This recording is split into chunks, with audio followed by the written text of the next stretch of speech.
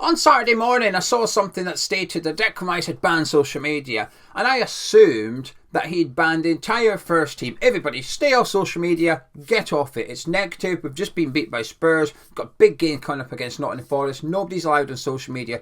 Focus on training. Give everything in training.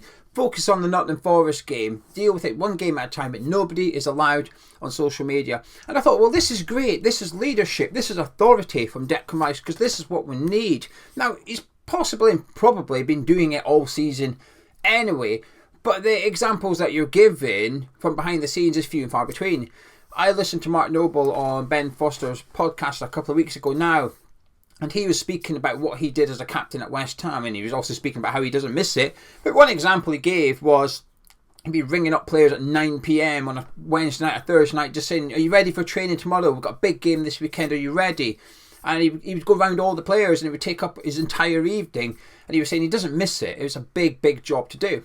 Now, obviously, this season, Declan Rice has stepped up. He was being the captain last year, but only on the pitch. Last season, Rice was a captain on the Saturday afternoon, and that was it. Mark Noble was still a club captain. Monday to Friday, off-pitch duties was all on Mark Noble's shoulders. So Declan was almost an apprentice for 18 months or so under Mark Noble. Arguably a good thing. But this season, it's his armband. He's now captain 24/7. And when I was listening to Mark Noble, I thought, I wonder if Declan Rice is doing all this. And it's hard not to think that. That's what these conversations trigger when you're listening to it. It triggers a thought process. Now, I'm sure Declan's been doing plenty behind the scenes, but like I said, you don't know. Doesn't mean he's not doing it, you're unaware of it. So when I saw this on Saturday, I thought, great, there's an example of leadership. I feel a little bit better now. That's Declan taking charge of the changing room. Now, since then, I've obviously read the article in which Declan Rice is referring to it, and I was wrong to assume what he did. He hasn't banned anyone from social media. He simply deleted his own social media apps and focused on speaking to friends and family only. But in the same article, Declan spoke about, players needing to take responsibility, that they've not been good enough, because we've obviously just been beaten by Spurs. And so it was last week, between Spurs and Forest, this is when the article was put up on the official club website, and that the players needed to take responsibility, and he spoke of a meeting. He didn't go into too much details, but he just mentioned that there had been a meeting. Then after the win against Nottingham Forest, when Ogbonna was doing his post-match interview, he was asked about the meeting. Did the meeting help? And Ogbonna said, yes, it did. It probably did, actually. Then, bless him, Ogbonna, he spoke about how he messed up against Spurs. He was at fault for both goals and whatever. Oh, he's the most likeable bloke ever, Ogbonna, isn't it? It's impossible to not like Ogbonna. But anyway, in his interview, he mentioned the meetings. So I thought, well, this is interesting, because I've got Anton Ferdinand's story ringing in my head. I'll tell you in a second. The Athletic this morning put up their report from about the meetings as well, and West Ham apparently had 2 meetings last week. I said West Ham. The players had 2 meetings last week behind closed doors, and David Moyes' management team were unaware of them, according to The Athletic. Now, this I like. If it's true, I like it. I absolutely love it, actually. And it's because of Anton Ferdinand. Now, if you've already heard the story, I apologise, because Anton's told it, and I've mentioned it a couple of times on various different videos, but they're usually like the live streams rather than these kind of pre-edited videos. So I'm going to tell it once more. You've already heard it, skip the next minute. But if you haven't, stick around. It's a good story. So, when Anton was at West Ham, obviously we sacked Alan Pardew, we got in Alan Kirbishley that season. So the Tevez season, we stayed up on the last day at Old Trafford. That's the season I'm talking about here. So Kirbishley came in, Pardew went to Charlton, we played Charlton, we got thumped, and after the game it kicked off a little bit in the change room. He said Alan Kirbishley came in and did the whole, we'll go again next week, we'll have to be better next week, boys, come on, we've got to do better. And Anton said that he kicked off a bit. He was like, no, this isn't good enough. You're saying this every single week. It's not good enough. You need to start calling out some players. You need to tell him he's been crap. If he's been crap, tell him he's been crap. None of this, we'll do better next week. Tell them, rip into them kind of thing.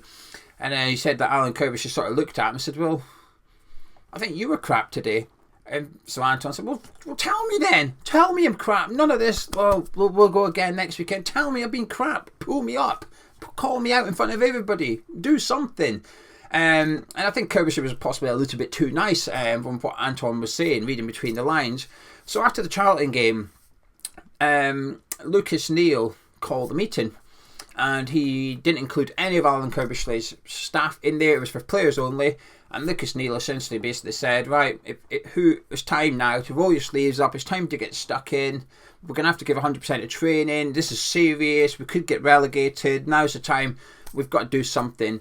And basically said, if you're up for the fight, happy days. If you're not up for the fight, you don't want to play for West Ham, let me know now.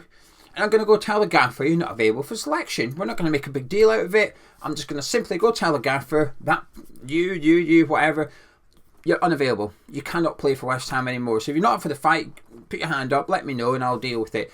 And nobody put their hand up. Everybody said, yeah, we're up for this, we're up for this. Now, obviously, the rest, as you know, we went on a good run that second half of that season, and some big performances from big players, Robert Green, whatever, but Carlos Tevez as well, and we stayed up. But Anton always goes back to that week. Anton, when I speak to him, he always goes back to that week and how pivotal that was and the meeting was. And, I'm going to tell the other story. But great, I'm telling the other story because I really like it. Within the same, I don't know if it's the same meeting or an additional one. And Hayden Mullins, by the way, has verified all this. When I spoke to Hayden Mullins, he said the exact same things as Anton has said. So there's two independent sources collaborating the same story here. In a different meeting or the same one possibly. Basically, the players got win bonuses, natural in their contracts. Win a game, you get X pounds. So Lucas Neal basically said, right, from now on, you're all going to take in, from your win bonus, you're going to take some of the money in. Don't know how much it was or if it was done percentage. I don't know. But basically, every player with a win bonus had to contribute some money to this kitty. So Lucas Neal was going to be collecting money off people. Every time West Ham won, he's going to take a little bit of money. And he told the players, I'm going to give it to the staff. I'm going to take your money in a kitty and I'm going to divvy it up among the staff at the club. So Anton said, out of curiosity, he said, didn't have an issue with it, here's my money kind of thing, but why are you doing this? Why are you giving the staff money? And Lucas Neal explained to Anton, said, it's because they want you to win then. If they're getting money every time you win, they're going to want you to win. So the kit man, the guy that cuts the grass on the training ground, everyone, they're going to want you to win. So when you next go into training, that training ground is going to be immaculate. When you go get your kit for training or on a Saturday afternoon, it's going to be immaculate because they're all going to raise their game because it's in their best interest financially that you go out and win that weekend. You start winning games, they get money. So everybody ups their game. They up their game, the standards rise. The working environment's much better. It's easier then for the players, in theory, to perform better when everything else is working. So Anton said Lucas Neal kept collecting money and we kept winning. So we kept divvying out the money to the staff. He says all the staff benefited from West Ham's second half performance that season. So anyway, there's a couple of stories for you. You've already heard them. Apologies, but they're just really nice. And when I saw this Declan Rice thing, like I said, I assumed wrong. I thought, great, we've got some leadership. This is what we're needing now. We need... It's the equivalent of grabbing the game by the scruff of the neck. It's the equivalent of that, isn't it? It's Declan Rice taking control of the changing room. Now, like I said, my assumption was wrong. He didn't ban anyone from social media. But the fact that the players have had two secret meetings, and I think the Athletic's a reliable source. Declan Rice has mentioned a meeting. Ogbonna's mentioned the meetings. None of them have mentioned it being secret. That's what the Athletic are saying. But I like it. I like it that the players are taking responsibility and saying this isn't good enough. We're going to have to sort things out. And you hear about the togetherness. In the Athletics report, it said, the players in the change room after the game were in party mode, essentially. Why wouldn't they be? They just won 4-0. The adrenaline's high. It's great. Then they went into the players' lounge. Said, there's a big cheer for everyone, including the management team as well. He said Martin Noble's there shaking people's hands and he kissed Ogbonna on the head. That's what you want. You want the club's togetherness. You want everybody in this rooting for the same thing, heading in the same direction, because if not, you're in trouble. And often there's talk of, has the manager lost the dressing room? And when you hear things like this, when there's secret meetings, you could argue it sounds like he has, because when speaking to Anton, it doesn't sound like the dressing room were completely behind Alan Kirbishley. He says the players essentially took things into their own hands. All Kirbishley did was pick a team on a Saturday. Now, I'm sure there'll be other players that dispute Anton's claim, and I'd imagine Alan Kirbishley would be the first one to dispute what Anton Ferdinand's saying there. But Anton said, basically Kirbishley would pick the team on a Saturday, but the players would do their own thing, and that's why they stayed up. He's adamant they only stayed up because of the players, because of the character within the group, because of the leadership of Lucas Neal. that is why they stayed up, and it wasn't necessarily because Kirbyshire was the manager. But like I said, that's his opinion.